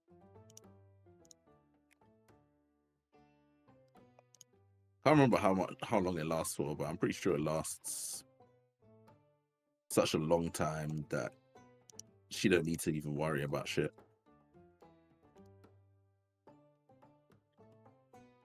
She'll nod. Looking a little confused. She can do it up to an hour a piece, but she just keeps spamming it over and over again.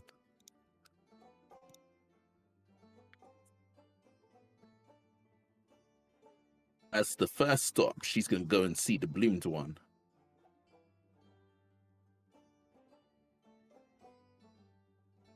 Alright, as you make your way kind of to the same house and then kind of nodding to the doorman, going below and Lyra, you see the same very well dressed pale elf that you saw in the theater in the chapel, kind of sitting behind this large, kind of really well made dining table,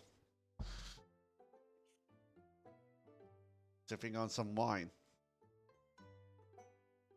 It's good to see you, good friends. He nods. First of all, these two back here, you know one of them. And the other is my little... And she's going to just literally pat Janna on the head saying, my little trainee, disciple, whatever you want to call it. He nods She'll do like again. a little frog blink. She's going to be there like... She's going to whisper and say, not in front of him, that's our relationship.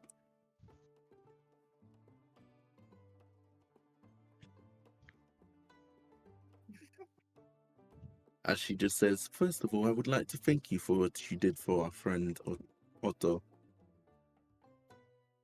Your our mutual acquaintance, the Prophet, made arrangements with my people to have him delivered. I am curious about how did your mutual arrangement come to be, if you don't mind me asking? He asked me to keep an eye on certain individuals. She's gonna raise her eyebrow and say, Bloomed One, please tell me you aren't trying to keep an eye on me. He shakes his head. These individuals do not concern you. Oh, so it's not any of the people I travel with. It's not. Oh, they're no concern of mine. Now, the second thing. We do need to make a second contract. For what exactly? The second contract is just a simple thing of if I am to die, that these two, especially this one, she's going to put it over at Lyra, basically take over. I don't think another contract. We can just make a addendum to the current one. We can, we just need these two to sign. So he kind of looks kind of over y'all's shoulder. Kind of motions for someone to step motion.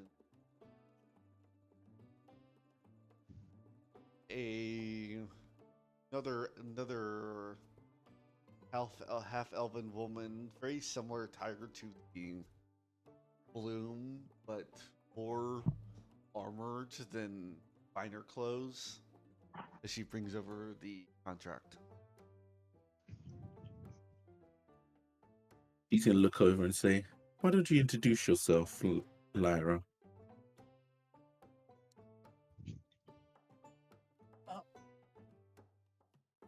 She'll do a little bow. Lyra Geno, nice to meet you. They call me the Bloomed.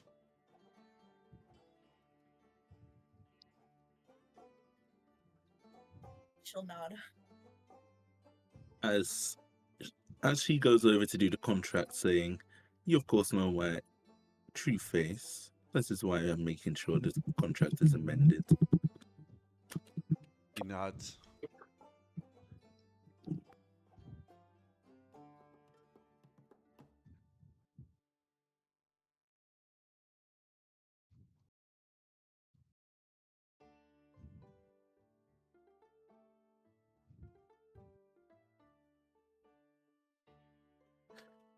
She will sign.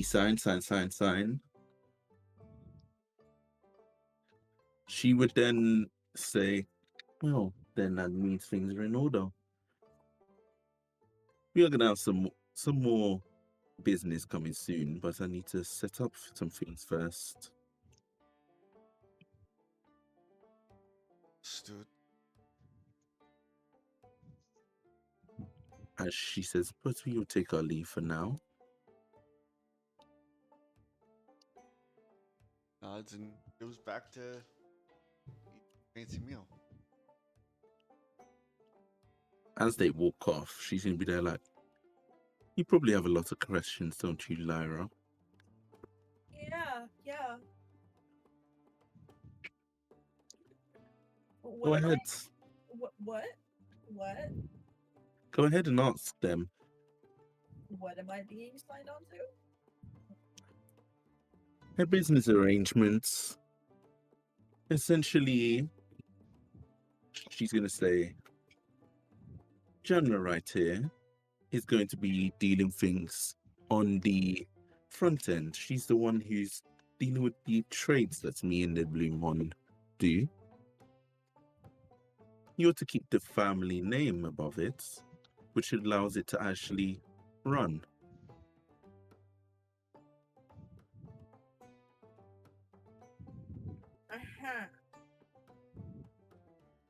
Essentially, we trade in information.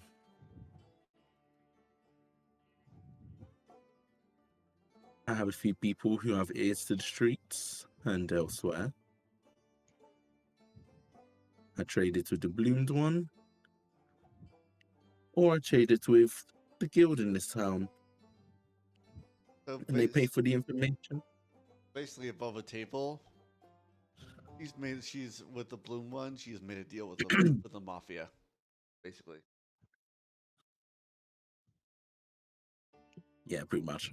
And she's basically saying because the way that the deal works is because of her family name, that was what made it all above the table, like legality. She's saying that your name's gonna be on it, but you don't have to do anything. Beautiful. And you just raking the Pretend benefit. that never happens. Basically, the family's name, so it's allowing some of their operations to be legal. Beautiful. Allows them to wash money, and so it's a win-win for everybody. Beautiful. I just thought about something. Imagine being like, so you reunited with your long lost, sibling. Yep, and now I'm part of the mafia. Yep. Like, Avera's day part of the 2 shit of now. reuniting with your sister becomes part of mafia. Part of another family. Congrats. Right. You would notice that this is pretty cold from Avera. Like since she was cold before, but now it's even colder than usual. This makes me feel frustrated.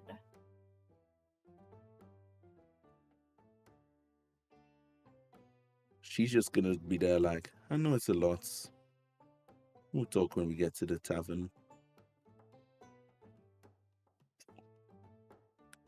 So give her a little bit of side eye. He's gonna change her face and return to the tavern. Meanwhile, what is Pilar up to? I was gonna say, what is Otto doing? Oh, what? No, I was gonna be like, what is Otto up to? Dead. That's so disrespectful, but I can't help it. For real. No, it reminds me of the Bill Wirtz history of the entire world, I guess, thing. How's Japan or how's China doing? Broken.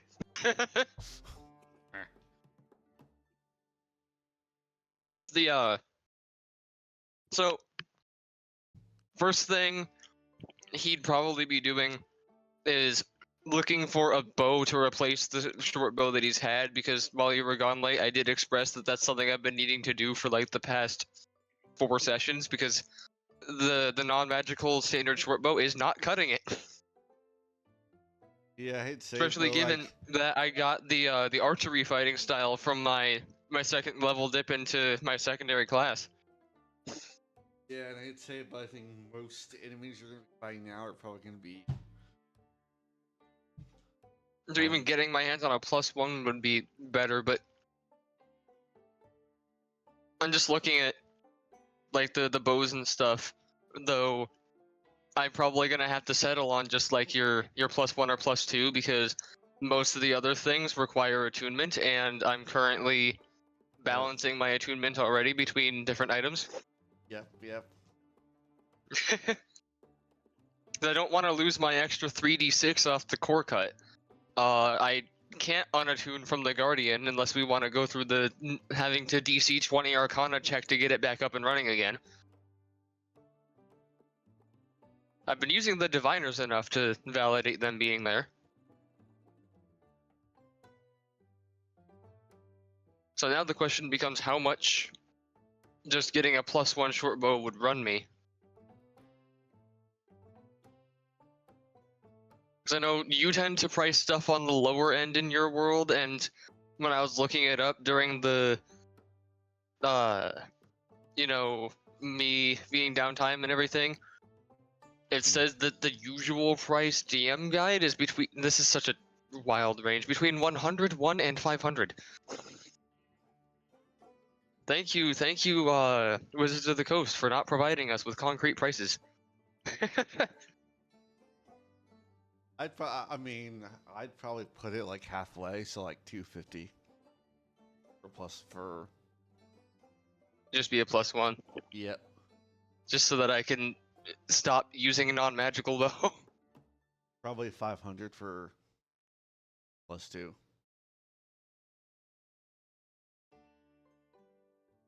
Actually, probably higher than that. Probably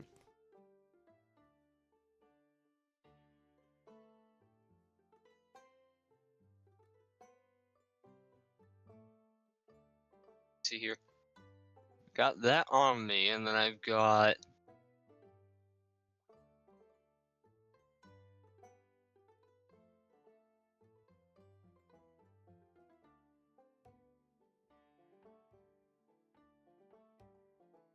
All right.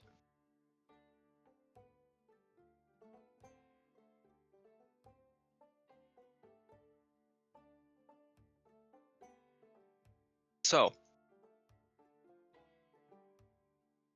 what about do you think it would be for +2? It's Let's see. because if it's around 250 for +1, we're saying maybe 500 for +2, but maybe a bit higher. That led my brain to like 650 to 700, but I don't know.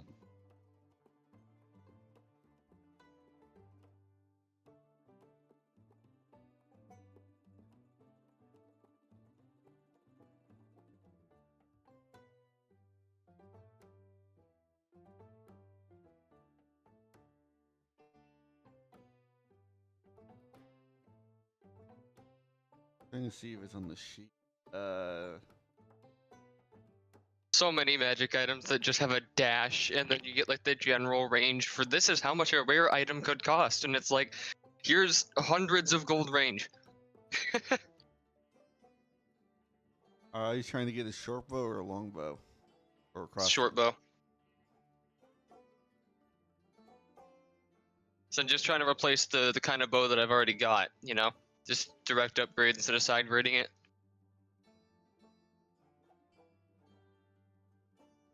I'll say 750 for +2.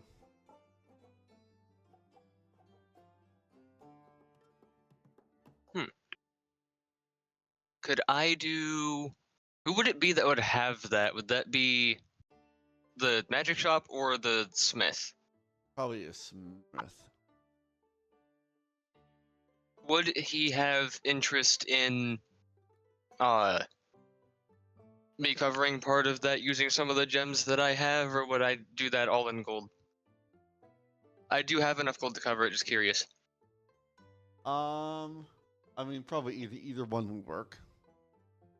I mean, yeah, he probably, you know, nobles and stuff are gonna be like, put a diamond in my chest plate. Yeah, yeah. Okay, you're noble. Okay. I mean, a lot of the time I do suppose nobles are gonna be wearing their armor more for ceremonial purposes, unless they're, you know, war chiefs and stuff, but... Alright. Since I'd probably be going to the smith, the second thing that I was gonna ask is, what would it take in cost to get the scroll case that I have my portable lab inside of? What would it take to get that coated in like one of the higher end metals to keep it more protected? Like it depends on how rare you want to go with the metal. Hmm. The rarer the metal, the more expensive.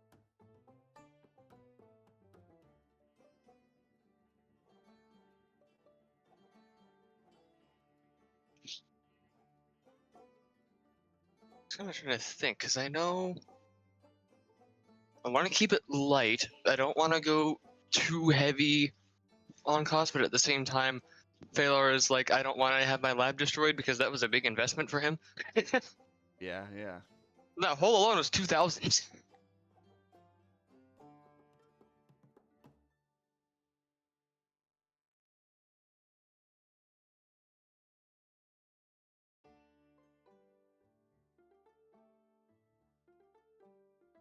We'll say, what if we keep, like, just, since the scroll case that I've got's probably wooden, since it's just a basic scroll case, it's probably either wood or lead. Or not lead, leather. Why did I say lead? Yeah, probably leather. So, what I could do is, like, while I'm at the smith and getting the bow, I could, like, ask what it would run me to use, say, just, just kind of, I'll do it in character. So as he's, looking over the bow, he's like, just out of curiosity, of course, if you do not have the material, you can simply decline. I was just wondering, I have a scroll case on me that contains a rather important piece of something that I'd rather like to keep safe from elements and wear, and my team tends to get into danger a lot. Would it be possible, and how much would it run me, if you could take a guess, to maybe not forge a new case, but take the one that I have and coat it in something light and durable, perhaps, say, a sheet of mithril around the outside, that sort of thing.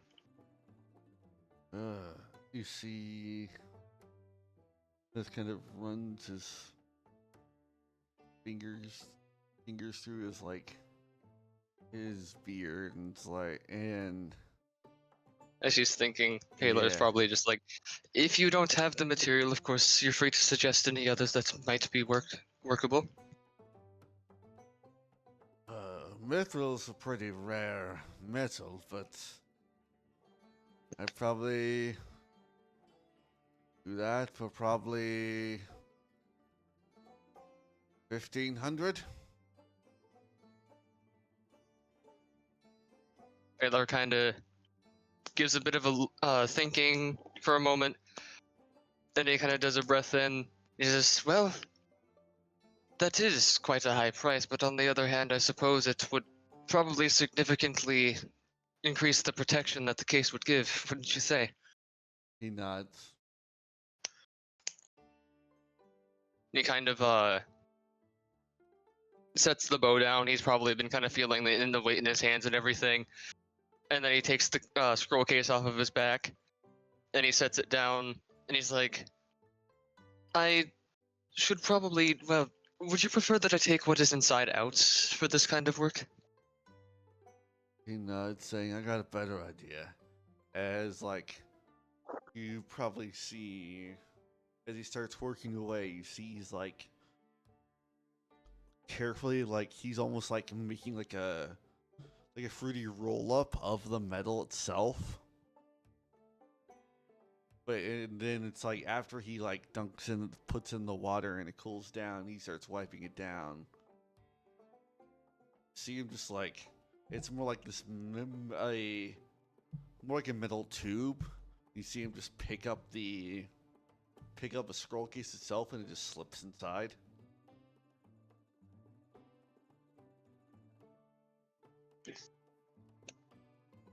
He kind of gives a nod and he's like, that's actually could work quite well, I'd say.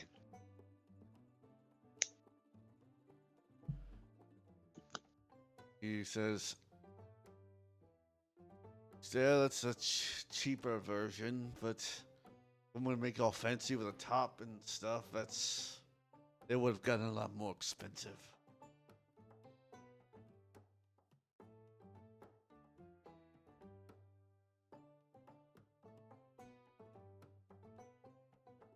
Hello? Hello? Can't tell if that was on my end or on yours. I heard you say, you wanted to make it all fancy with a top, and then you just, went into the abyss. Basically, he said that, if you want him to actually make, a full scroll case, it would be a lot more expensive. But instead, he made more like a mithril fruity roll-up. So it's kind of like, what would you call it? If you were to take, the scroll case and it's kind of like, God, what's that called? Like the caps or sleeves that you put on, scopes and stuff. It's kind of like one of those, Yeah. Except it was but just made out of mithril, so, you slide it inside of the thing. Yeah, basically.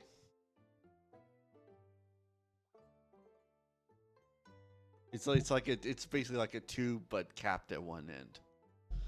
Yeah. You're not just putting it in and it comes out the other end. Yeah. It's a case for the case. kind of in essence. Yeah, basically.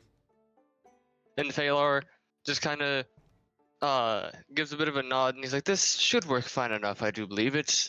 I mean, I'm confident in your work, of course, and I will, of course, sort out the appropriate amount of payment here before I leave.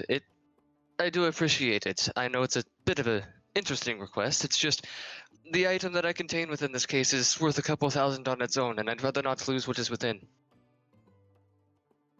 He nods.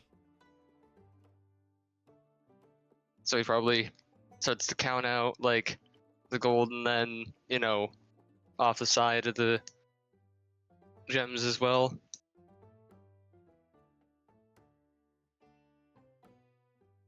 Kind of like looks the gems over and it's like,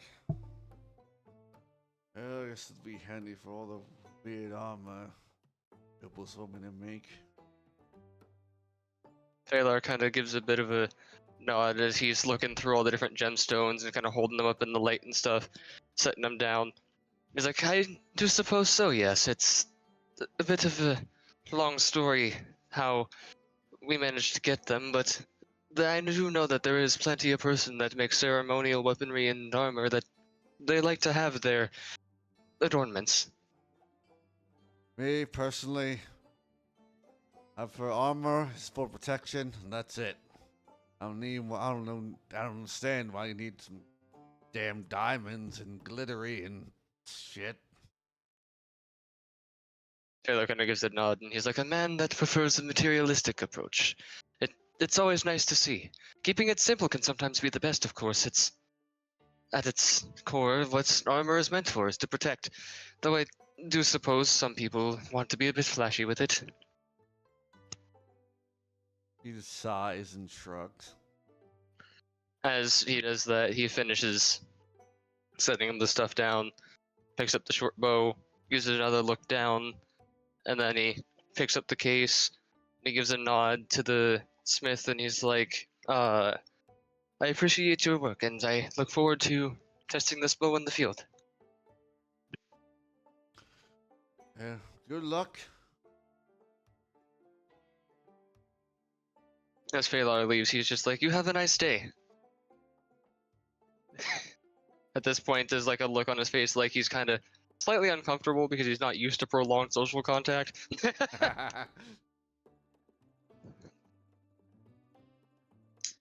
I say as you make your way back. I'd say unless there's anything else, I guess we can end the session as y'all make your way to having a fancy meal. Hell yeah.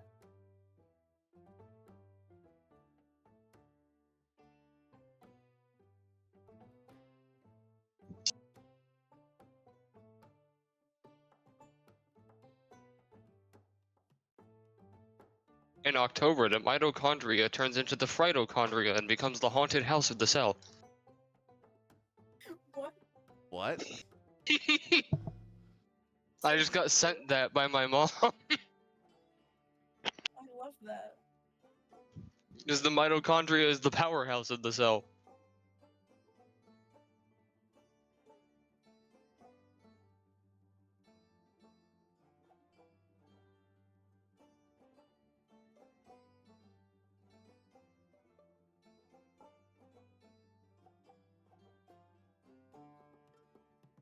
Yeah, I guess we'll call this session here.